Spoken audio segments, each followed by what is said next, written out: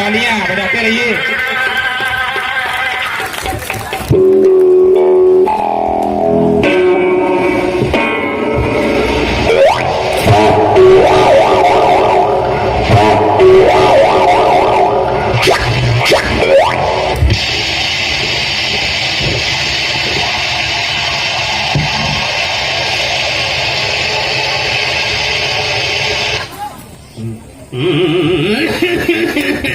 अरे राम राम भगत ये हव्या अरे नाचीने धव्या का अरे भगत राम राम भैया राम राम आकर ब्या बुढ़ौती में आंख भी तो कमजोर हो जाले। तबीयत तो हाल देखती है हर बिचन ज्यादा खराब हो गई ले। हाँ भैया 5 बीघा मेहरू के पीछे चल गए। 1 बीघा बेच के दवाई के गली पर कौनो फायदा ना भया। अरे अभी है चौका का बात चौकी में है, चौकी का बात चौका में कर ब्या का कर ब्या दतिया न जनते बाड़या। अरे तनी बुलावा बिटियावा के भेंट कैले हो। अरे अरे चमेलवा देख तोर भैया बाऊ न रे दाना पानी कराओ।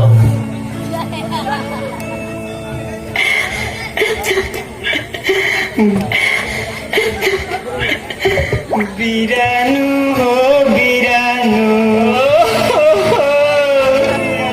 अरे बीरानू हो बीरानू आय हो बीरानू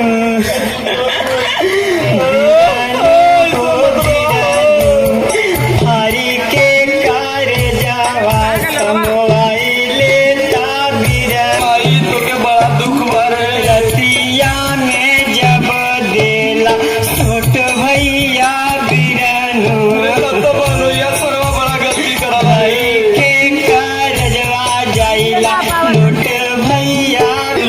तू का रोएलू हो? तोरे का दिक्कत हो?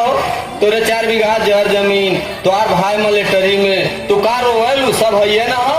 अरे जब उनकर सुनबा तब न कपारे पे हाथ धरबा। बीड़िया पियत आवे धुआं उड़त हो खोखत आवे ना। अच्छा वे समय भेटाई कहाँ पहले? बीड़िया पियत आवे धुआं उड़त हो खोखत आवे ना। मोरा सैया जी दमहावा खोखत आवे ना। मोरा सैया जी दमहावा खोखत आवे ना। तो तू इतना कैसे बहनिया परेशान है? अरे का करी हो भैया बड़ा पियना मिल गया। ये कौन बड़ी बात है? वाले सारे के टीवी भैल एक बार बक्सर चल के दिखा दे अपने मान वहाँ टीवी का दवाई मिला ठीक हो जाए मजे का चंगा हो जाए लगी कमा के खियावे। तो पैसा वैसा तो ना हो बपवा पुतवा तो कुल रोज सरबो दारू पिए न रात दिन। अरे वो का करल अरे रोज सुना का करें कुल? अरे गाना